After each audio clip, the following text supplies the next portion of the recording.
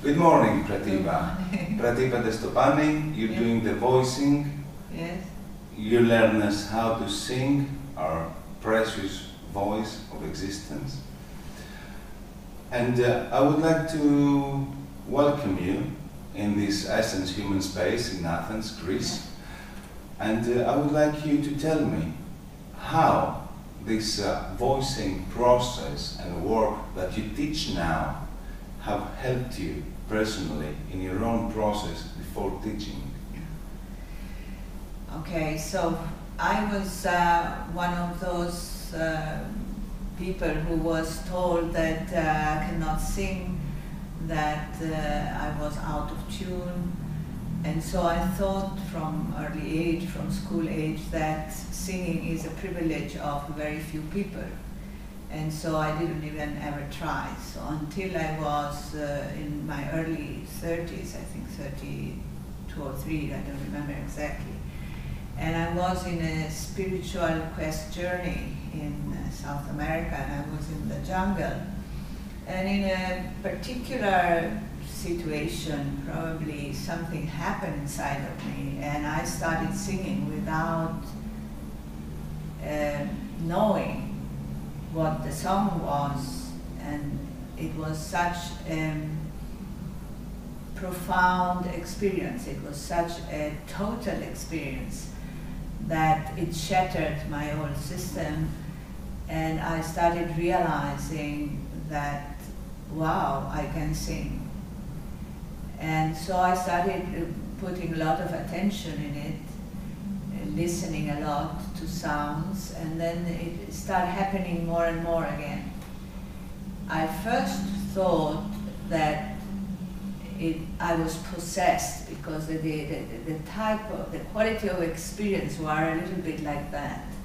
And then we're not used to freedom, huh? Yeah, and by I realized that it was actually something more true to me, more deep in me, that was expressing itself. So I realized that this was my being having a voice more than what usually was, that it was my little personality. So out of the practice of that and out of how it developed, I must say that it changed a lot to me. I was very shy, I was avoiding to talk, I was terrified to be in public, and so that really erased all those fears, and now I can also accept sometimes my shyness as something precious, and it doesn't affect me so much in the communication, actually not anymore.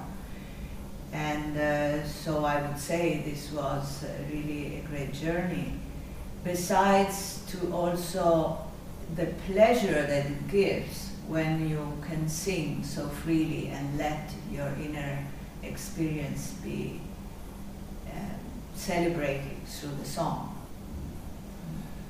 I would like to ask you what kind of groups you make. It's 3 days, 5 days? Well, it depends how much time we have and to which public we address.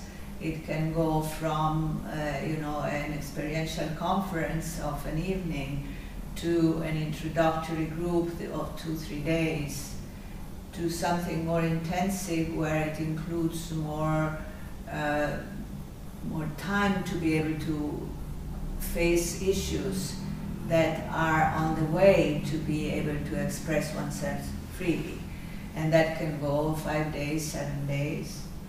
And then I do an education that lasts 3 years, where the first 2 years is a therapeutic process, and therapeutic and spiritual, because it's both.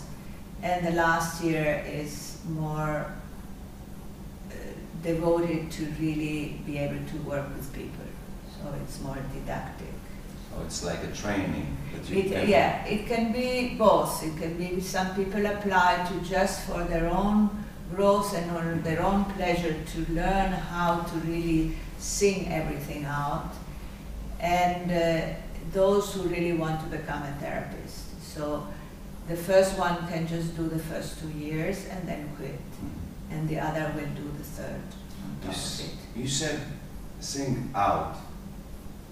It sounds to me like releasing emotions and things, letting them go out by singing. Releasing it, I would not say it's the right word to use, because releasing implies something you have to get rid of. And it might be a stage which is important in therapy, but what I'm interested in is in celebrating. And singing is not releasing, singing is celebrating. It has this quality in itself of acceptance and celebration. And transformation, no? Which is transformational, yes. So